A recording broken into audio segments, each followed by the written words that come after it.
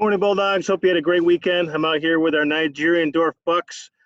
These guys are pretty friendly. We use them to breed. I could have one of them on my lap if I wanted to, but they're pretty stinky, so they're very friendly, but they'll stay on the other side of the fence. We have an all-brown one, an all-black one here, Charlie, and then we have a multicolored one there, Stephen A. They all have blue eyes, good-looking bucks. Like I said, they're very friendly, but they smell really bad, so they're going to stay over there. Let's get this rolling. Please stand for the morning ceremony.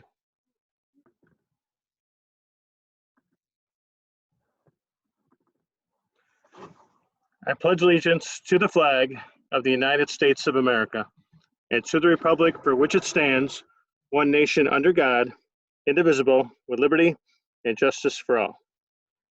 I want to make sure you can hear the sound here. A couple celebrations. First of all, I want to show a video here from our Poe class. We had Ryan Matzik, Levi Wilson, and Ryan Rumsey and Gavin Wolston in the robotics final. And Ryan great maneuver here. Maneuver right here, spins around, they're almost pinned against the wall. And a lot of fun to watch. Go on. Definitely something that I guess we can watch that again. Spin around.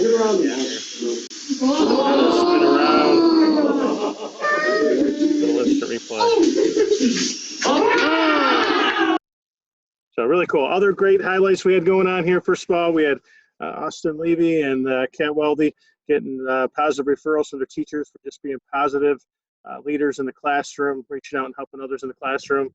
We also had Brandon and Aaron staying after to help clean up the bleachers, not worried about whether it was theirs or someone else's. They stayed to help out. Little things like that that make Livonia a better place. So thank you to all those that are being honored. Quick changes. You're going to hear bells starting today. The main office, the ladies in the main office, Mrs. Dragon and Mrs. Patterson will help out to give reminders between first and second, between third and fourth, and then between fourth and fifth and at dismissal, we'll have bells, and there'll be two bells. Actually, there'll be three. The first bell will be for 6th through 8th graders to go to class. Second bell will be for 9th through 12th graders to go to class. And then the final bell will be for everyone to be in class. So that'll happen between first and second. We'll hear that today. And once again, the ladies in the office will remind us here for the first week until we get the hang of it. But it's the same order we've been doing all year. We will have bills. When we go to seminar and lunch, though, we'll still have to announce to make sure we're shuttling through and getting lunches and it's not getting too congested at the grab and go for lunch. Other change we're going to work on this week is once again, you're supposed to go straight to class before using the bathroom. And we're going to ask teachers to not send you directly to the bathroom right away, but to wait the first few minutes of class once class gets rolling, and then send people one or two at a time to go from there. We have some people that are kind of following the rules, but bending a little bit by going straight to class, throwing the book bag down, and then meeting with others in the bathroom to do things they shouldn't be doing. So once again, go straight to class.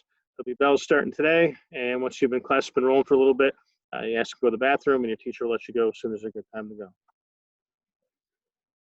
Like I said earlier, I spent this weekend down in Virginia visiting family. One of my good friends from high school got married, and just visiting with other friends from high school and college, people that live all over the country. And I talk about this to my teams over the years and my classrooms when I was a math teacher, to really enjoy the journey, enjoy every day. We talk to our seniors every year about this. These days are going by fast. Enjoy each day, the time you have together. It's a very unique time because as years go on, and I definitely noticed that this weekend, you don't necessarily talk about the wins and the losses, the championships, or the games you won or lost. You kind of just talk about the time you spent together, whether it was practice or rehearsals or in class. You talk about the maybe the ups and the downs, but how you spent it together. And it was those shared memories of when you were totally engaged with one another, that the things happened that lasted a lifetime. Can't remember who was with you through all those highs and lows.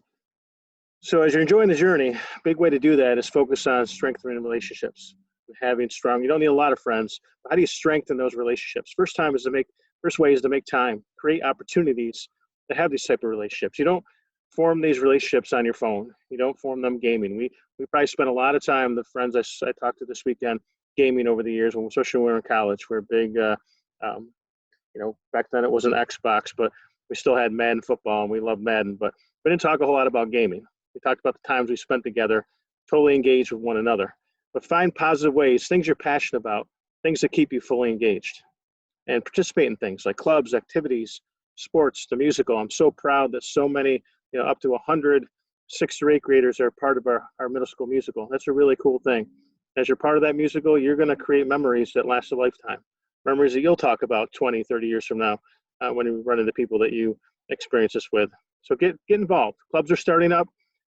Sports are starting to wrap up in the fall season here. Make sure you take the time to enjoy every moment you have with your teammates, especially those seniors and people that are moving on to the next level. And reach out and try things, even if it means stepping out of your comfort zone, trying something new. Like I said, enjoy every moment, every second of the process. But make sure you make time for this to happen. It goes with your friends and family. Put time aside to spend with your friends and family, no matter how busy your schedule is. Many of you are taking some tough schedules right now. Make sure you're setting time up every day to spend with your friends, spend with your family, and connect. Second way to strengthen relationships is to be present. Pay attention, interact with those around you. Don't be distracted by your phone. Make those around you feel important and valued. Like I said, I mentioned my friends that I was with this weekend, we hadn't seen each other in a long time. Many of us, we'd grown up together, been with each other, like many of you, since kindergarten all the way up through, been in bands together, clubs together, sports together. Most of us wrestled, played football together. When we were together this weekend, we're all addicted to our phones to some extent too. Our phones weren't out. We weren't talking about times we were gaming. We were totally engaged with the conversations of all those memories we had that we shared together. Another way you can strengthen those relationships is to listen, really listen to what others are saying. Make eye contact, acknowledge what they're saying. If you don't understand, seek to understand and focus on their needs in that moment. Another way is to let yourself be listened to. Goes the other way. Be open to sharing your experiences because people want to hear it. Share your thoughts and your feelings. Allow yourself to be heard and supported by others. And finally, recognize unhealthy relationships. Surround yourself with people who help you to be your best version of yourself, help you to reach your potential. Harmful relationships not only make us unhappy, they hold us back from reaching our goals. Recognize who's holding you back. That'll help you move forward.